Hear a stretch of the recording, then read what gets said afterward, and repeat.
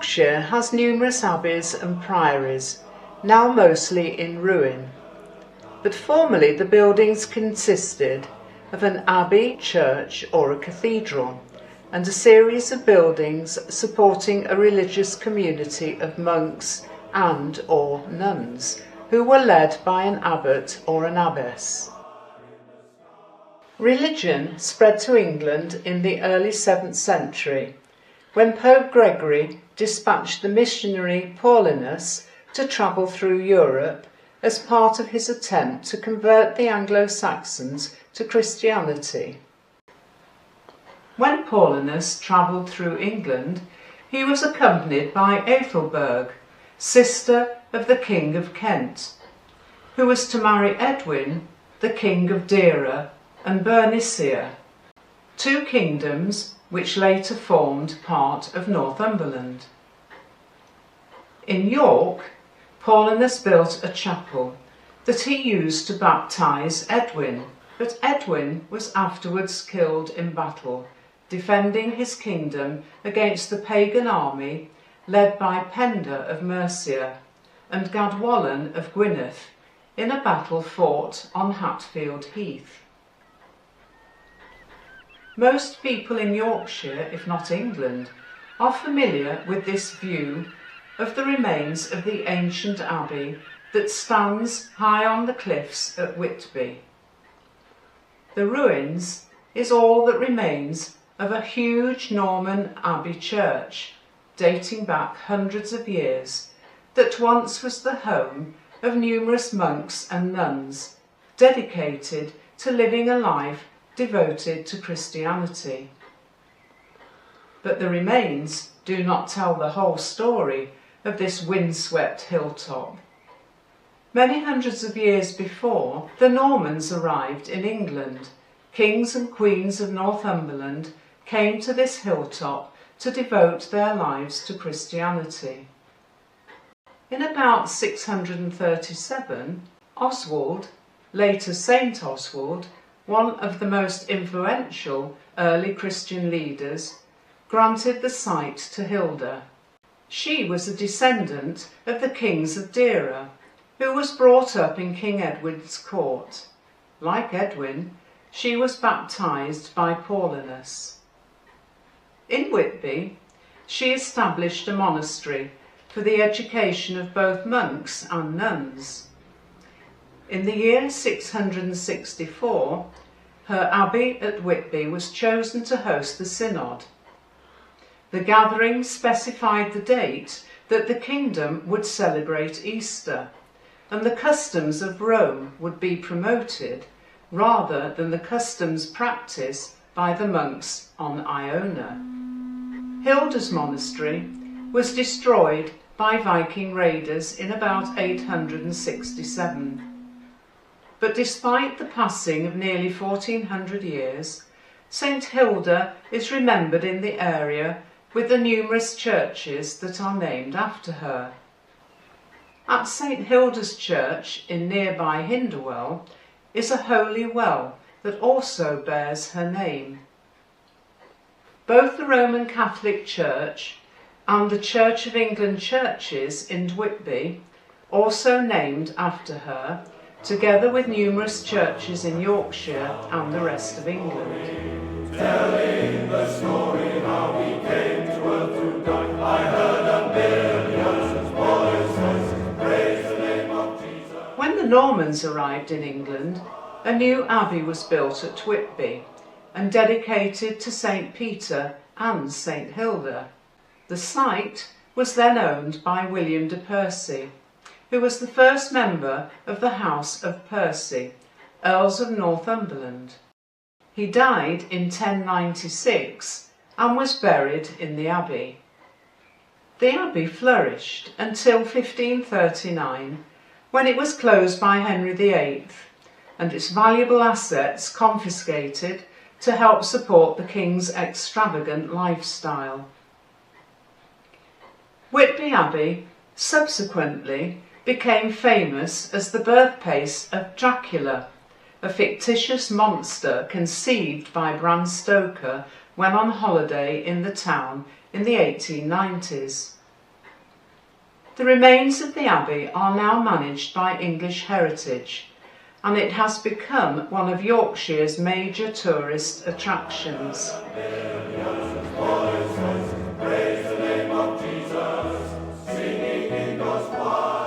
Selby Abbey was founded in Yorkshire shortly after the Norman conquest, and is remarkable in that it is still functioning as a working church serving the community. The first church was built by a monk from Auxerre in France, who is believed to have had a vision and told to travel to England and establish an abbey in Selby. He built the first abbey on Church Hill, which would have been a wooden structure. But as we can see from this image, the abbey was later rebuilt on a new site, a short distance from the hill. Eventually, the buildings could house 23 monks and an abbot. There were areas for praying, a kitchen, dining room, dormitory, in fact, all that was required to support a fully functional abbey. When Archbishop Walter Gifford visited the abbey in 1275, the abbot and several monks were accused of loose living and misconduct with married women. 4 years later, Archbishop William de Whitwain discovered that the abbot was not observing St. Benedict's rule by not singing Mass or preaching the word of Christ. In 1340, a fire occurred when the chapter house, dormitory and treasury were badly damaged, and the church became ruinous. Sufficient funds were eventually raised and the abbey was restored. When the abbey was dissolved under the orders of Henry VIII in 1539, all the buildings, apart from the church itself, were demolished, and the abbot, along with 23 monks, received pensions and were dismissed. Though the church remained standing, it was little used, the parishioners using a small church nearby instead, and the abbey church was allowed to deteriorate. The buildings deteriorated to such a state that in 1690 the central tower fell and the south transept was destroyed, and it was not until the 1850s that a major restoration of the church began. However, another disaster took place in 1906 when much of the abbey was destroyed by fire. It looked as if the abbey would join the long list of ruined Yorkshire abbeys, but the church leaders and the townspeople came together and sufficient funds were raised to begin restoration work. Now, Selby Abbey is a splendid building open for services and many other events that serve the community. It is the only Benedictine church in Yorkshire that has survived the centuries since William the Conqueror invaded England.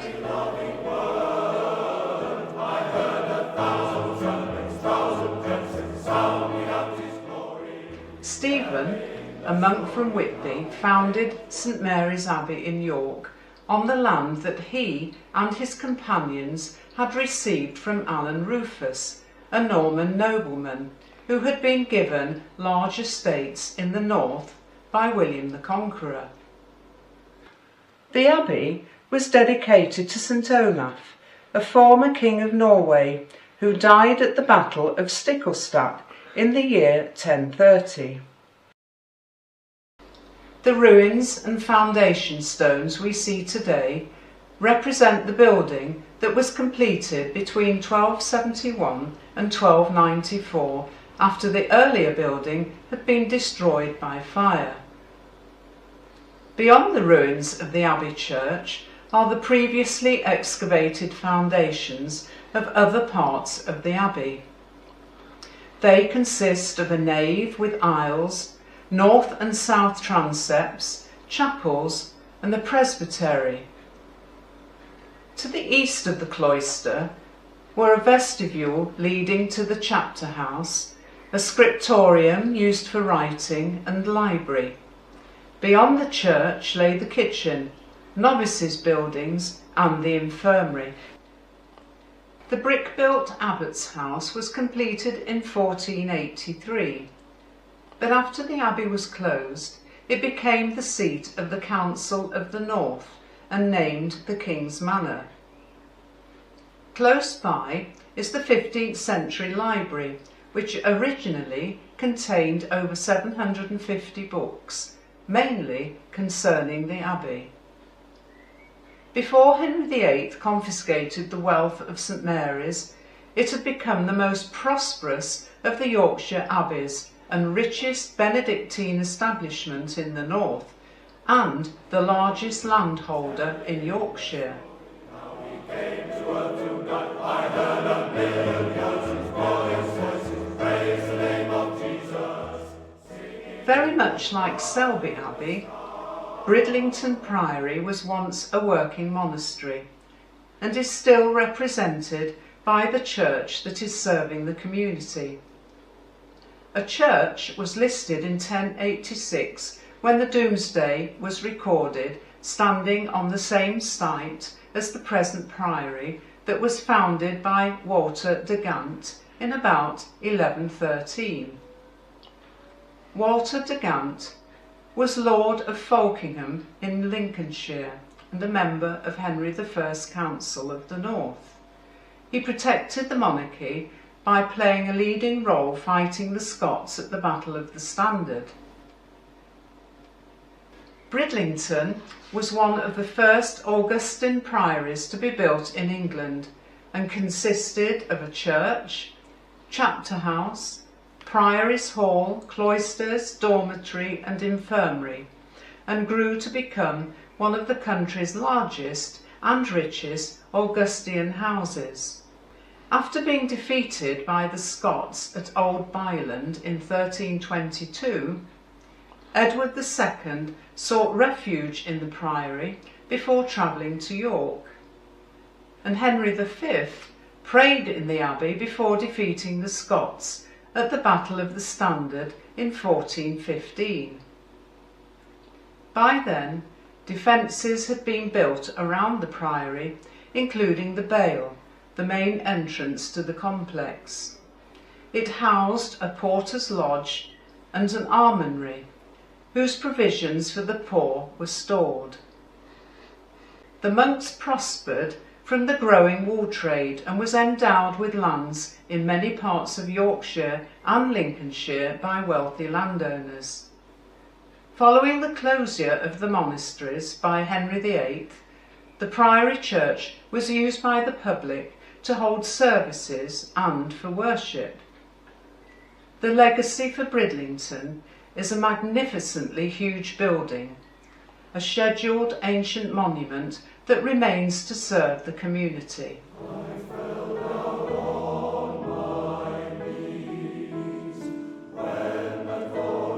Lying north of the North Yorkshire Moors National Park of Rosebery Topping is the small market town and civil parish of Gisborough, which is the home of Gisborough Priory, one of North Yorkshire's ruined priories. It was founded by Robert de Bruce, ancestor of the Scottish king Robert the Bruce, and it became one of the wealthiest English monasteries. The Norman building was destroyed by fire in 1289 and 100 years later rebuilt in the Gothic style. The priory prospered until 1540, and when it was dissolved under orders of Henry VIII, much of the stone was taken for use in buildings in the town. Only the east end of the priory church, with stonework outlining the once great window, has been left standing and has become a symbol for Gisborough. In 1550, the ruins became part of the Channeler family estate and now managed by English Heritage together with the 18th century Priory Gardens.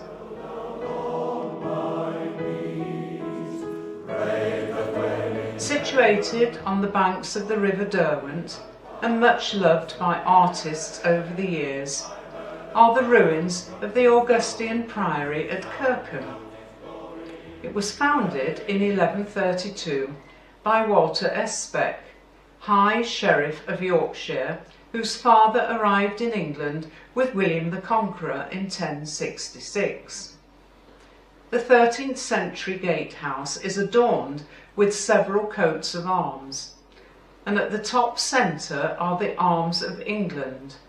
To the right, and also below the windows, are the arms of the principal patrons de Roos family of Helmsley. Other supporters of the priory are also represented. The de Clare family at the top left, and on the right the arms of the Vaux family. The arms of the Abbeys founder, Walter Especk, are displayed to the lower left of the window, and on the extreme right are the Fitzralph family. Below, the Scrope and de Fortbus families are represented. The ruins now show how prosperous the abbey became. The remains of the east window still look down on the main body of the church. The abbey prospered until it was surrendered in 1539 during the reign of Henry VIII. Being situated on a bank of the Derwent made the abbey an ideal area to train troops for the D-Day landings during the Second World War. During the war, both King George and Prime Minister Winston Churchill visited the troops training at Kirkham Priory. Telling the story how we came to earth to die. I heard a million voices, praise the name of Jesus. Rievaulx was the first Cistercian monastery to be founded in northern England when 12 monks from Clairvaux Abbey in France arrived in 1132. The remote location of the site they chose was ideally suitable for monks who lived a strict lifestyle with little contact of the outside world and devoted to prayer. Their patron, Walter Especk, who also founded Kirkham Abbey and whose family controlled much of northern England, fought the Scots at the Battle of the Standard. He built Helmsley and Wark castles and became High Sheriff of Yorkshire in later life. William, the first abbot of Rievaulx, began construction in the late 1130s. He was followed by Aelred, who constructed new buildings of what was to become one of the great Cistercian abbeys in the north. The monks built up a profitable business mining lead and iron ore, rearing sheep and selling wool to buyers from all over Europe.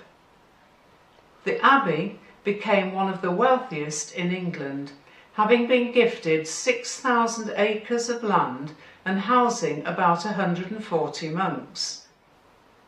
But it was subjected to Scottish raiders. Outbreaks of sheep scab amongst its flocks, and the monks suffered during the outbreak of the Black Death. By 1381, there were only 14 monks, 3 lay brothers, and the abbot inhabiting the building. After Henry VIII closed the abbey and confiscated its wealth, the site was granted to Thomas, 1st Earl of Rutland. It subsequently passed to the Duncan family and is now managed by English Heritage.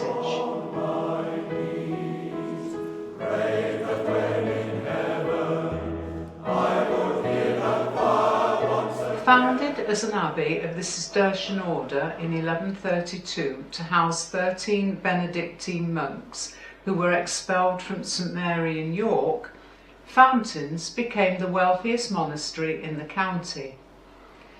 The Archbishop of York provided the monks with the site in the valley of the River Skell, and they named it Fountains after the 6 springs at the site. The first abbey was destroyed by an angry mob in 1146 and subsequently rebuilt. In the new abbey, the monks prospered when they became involved in wool production, cattle rearing, horse breeding, lead mining and quarrying. In the 14th century, poor harvests and attacks by Scottish raiders led to depression. This was made worse when the Black Death spread across the country. In the 1490s, after being purchased by Marmaduke Hubie, the abbey prospered once more. New building was carried out and the great tower was constructed. When the abbey was closed by Henry VIII, the prior and monks were given pensions and left the building, and the estate sold to Richard Grensham. More recently, it was sold by the West Riding County Council to the National Trust and has become one of the most popular tourist attractions in the county.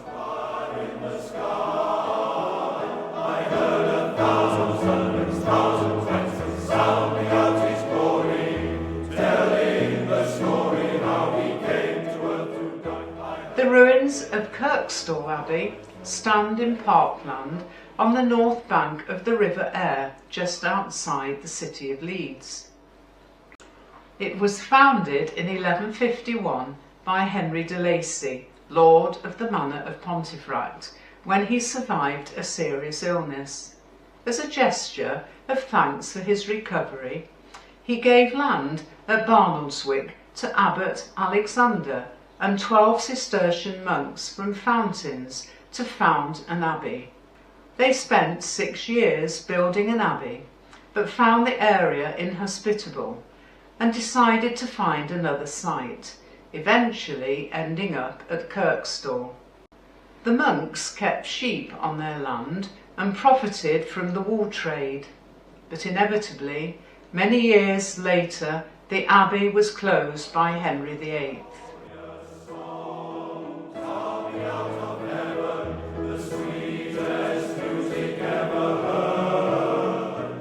Byland Abbey was founded in 1135 by members of the Savignac order, but within 12 years it was housing Cistercian monks.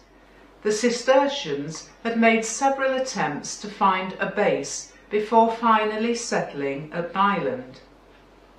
Roger de Mowbray, 4th Baron of Thirsk, is credited with promoting the present abbey, which became the largest of the Cistercian orders in Britain.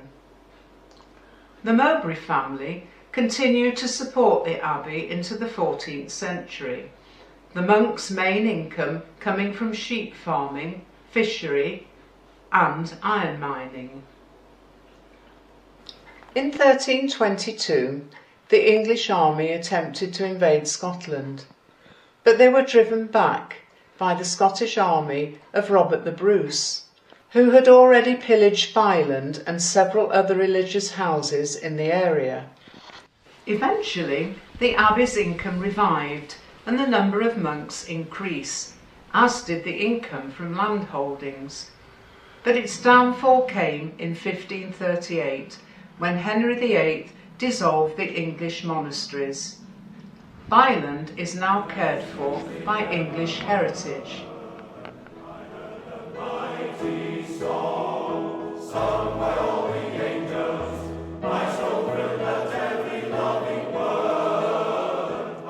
The remains of Roche Abbey stands in the valley of Molby Dyke in the South Yorkshire parish of Maltby near Rotherham. The co-founders were Richard de Bustley and Richard Fitztugall, both having Norman ancestors. The first monks came from Newminster Abbey in Northumberland and no doubt chose the site to build a Cistercian abbey because of the stream that runs through the valley. The Norman church, dedicated to St Mary and surrounding buildings, took about 25 years to complete. The building stands close to Sherwood Forest, and some believe that Robin Hood went to Mass in the church. At its height, the abbey contained about 60 choir monks and 115 lay brothers. Ownership of the abbey passed by marriage to the Levitts and continued with that family until 1377, when it was sold to a London merchant. When the abbey was closed by Henry VIII, ownership passed to Henry Clifford, 2nd Earl of Cumberland, who married Eleanor Brandon, one of the king's nieces.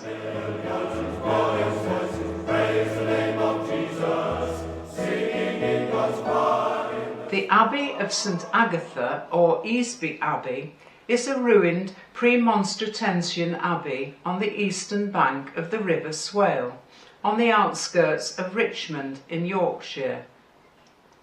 The abbey was founded in 1152 by Rolandus Musard, Constable of Richmond Castle, and inhabited by Premonstratensians who were canons rather than monks. They wore a white habit and became known as the White Canons. Unlike monks, they were exempt from regular discipline and undertook preaching and pastoral work in the region. The canons raised sheep and distributed meat and drink to the needy. Like most other northern abbeys, Easby suffered from Scottish raiders during the Middle Ages and was seriously damaged in 1346 when troops were stationed there to fight the Scots at the Battle of Neville's Cross.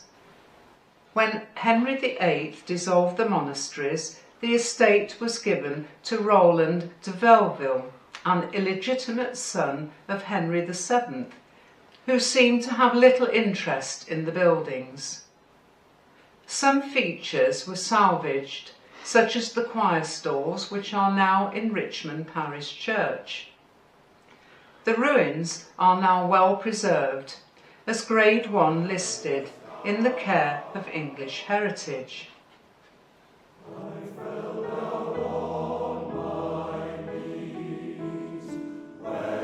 Located in the village of Lunswood near Barnsley and established for monks of the Cluniac order, the priory became known as Monk Bretton Priory, taking the name from the nearby village. Initially, the priory was situated well away from the influence of Barnsley, but over the years the town had expanded, and the priory ruins are now well within its influence. It is one of the few religious houses that has a modern housing estate on the other side of the road. The priory was a daughter house of the rich Cluniac Priory at Pontefract, but poor relations between the two houses led to bitter quarrels as Pontefract wished to keep control over Monk Bretton. The dispute was only resolved in 1281 when the monks left the Cluniac order in favour of the Benedictine way of life. The 13 monks and priory were financed by coal and ironstone mines they owned in the Barnsley area. When the priory was forced to close in 1538, the number of monks remained at 13. When the site was abandoned, building materials were plundered and material removed from the priory. The north aisle of the church was dismantled and reconstructed in Wentworth Parish Church, and the bells taken to London and melted down. Eventually, the estate was purchased by the Talbot family, Earls of Shrewsbury, and part of the prior converted into a country house, which George Talbot, the 6th Earl, gave to his son Henry as a wedding present when he married Elizabeth Rayner.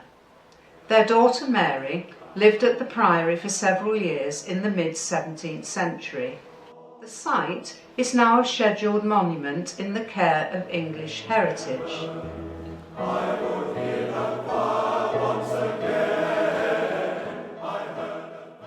This drawing, dated 1785, shows the ruins of the Augustinian Priory at Bolton. It had been founded in 1154 on land gifted to Augustinian canons by Alice de Rumilly, Lady of Craven and Skipton. She was the daughter of William Fitzranulph, Lord of Skipton, and his wife Cecily de Rumilly. In 1310, the estate was granted to Robert de Clifford, and his descendants held it for well over 200 years, during which time wars with France and Scotland were fought, and the Wars of the Roses, which had decided who held the English throne. Thomas, the 8th Lord, was killed at the Battle of St Albans in 1455, and John, his son and 9th Earl, was killed in the battle at Ferrybridge. The canons lived and worshipped at Bolton Priory until 1539, when the monastery was closed. While part of the abbey is still used for worship, the remaining ruins now overlook parkland, which stretches down to the River Wharfe.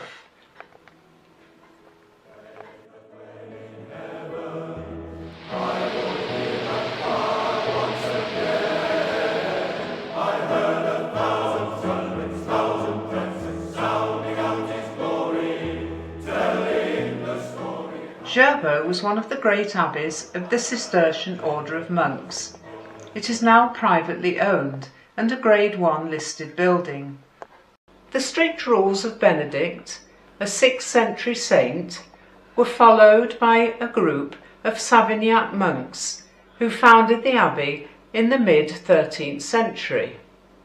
They were supported by the Lord of Ravensworth Castle, Acarius Fitzbardolph, who provided land near Aysgarth, but 10 years later the site of their abbey was moved to East Witton. The move had been overseen by Conan, son of the Earl of Richmond, who greatly increased the monks' revenues. New buildings were erected, including a church that was dedicated to St Mary. The abbey prospered, and the monks received numerous gifts of land, eventually owning much of the Vale of Ure, where the abbey is situated. The monks gained a reputation making Wensleydale cheese, and for breeding horses, a tradition which is continued today a few miles away at Middleham. When it was dissolved, the abbey was valued at £455, 10 shillings and 5 pence. The last abbot, Adam Segberg, was hanged at Tyburn for his part in the Pilgrimage of Grace, a revolt that began in Yorkshire in protest of Henry VIII's closure of the monasteries.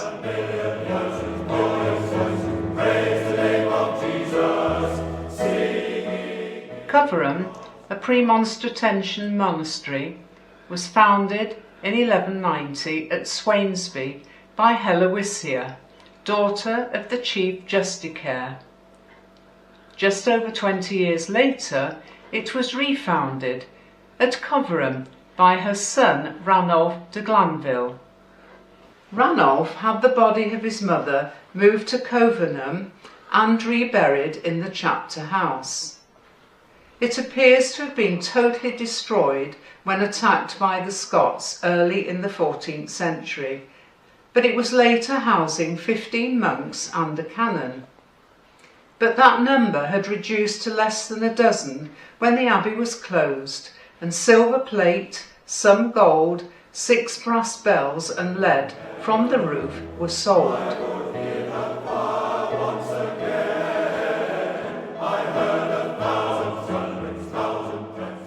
The ruins of Eddlestone Abbey once housed Premonstratensian monks. It formerly stood in the North Riding of Yorkshire, but in 1974 the county boundaries were changed, placing it in the county of Durham. It was founded before 1198, possibly by a member of the Moulton family. Ralph Moulton is mentioned in connection with the abbey when Ralph Lenham held the property. The monks chose the site for its isolation. It was also close to a river, and a good supply of local stone was available for its construction. The abbey was always poor, and at times had difficulty maintaining the required number of 12 canons, the number being the same as the disciples who followed Jesus. The abbey suffered in 1346, when the English army were billeted there in readiness to do battle at Neville's Cross. In 1540, Henry VIII closed the abbey, and the lands granted to Robert Strelley, a politician and courtier who modified the buildings to become a private home. Eventually, much of the abbey was pulled down. Stonework was used to pave the stable yard at the nearby Rokeby Park. The ruins are now Grade 1 listed and cared for by English Heritage.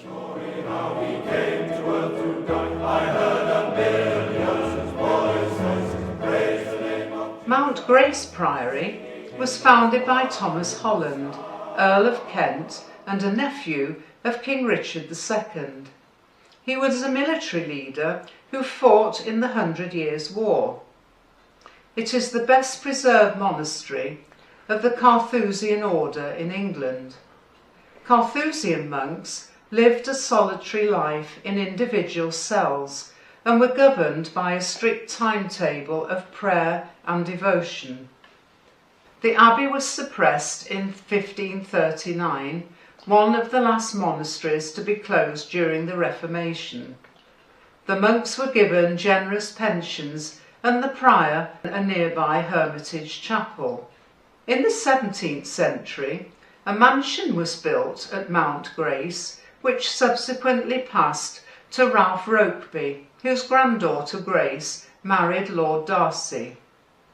It was probably Lord Darcy who substantially altered the accommodation at the priory, and in 1653 his son, another Conyers Darcy, sold the property to Thomas Lascelles, a politician and businessman.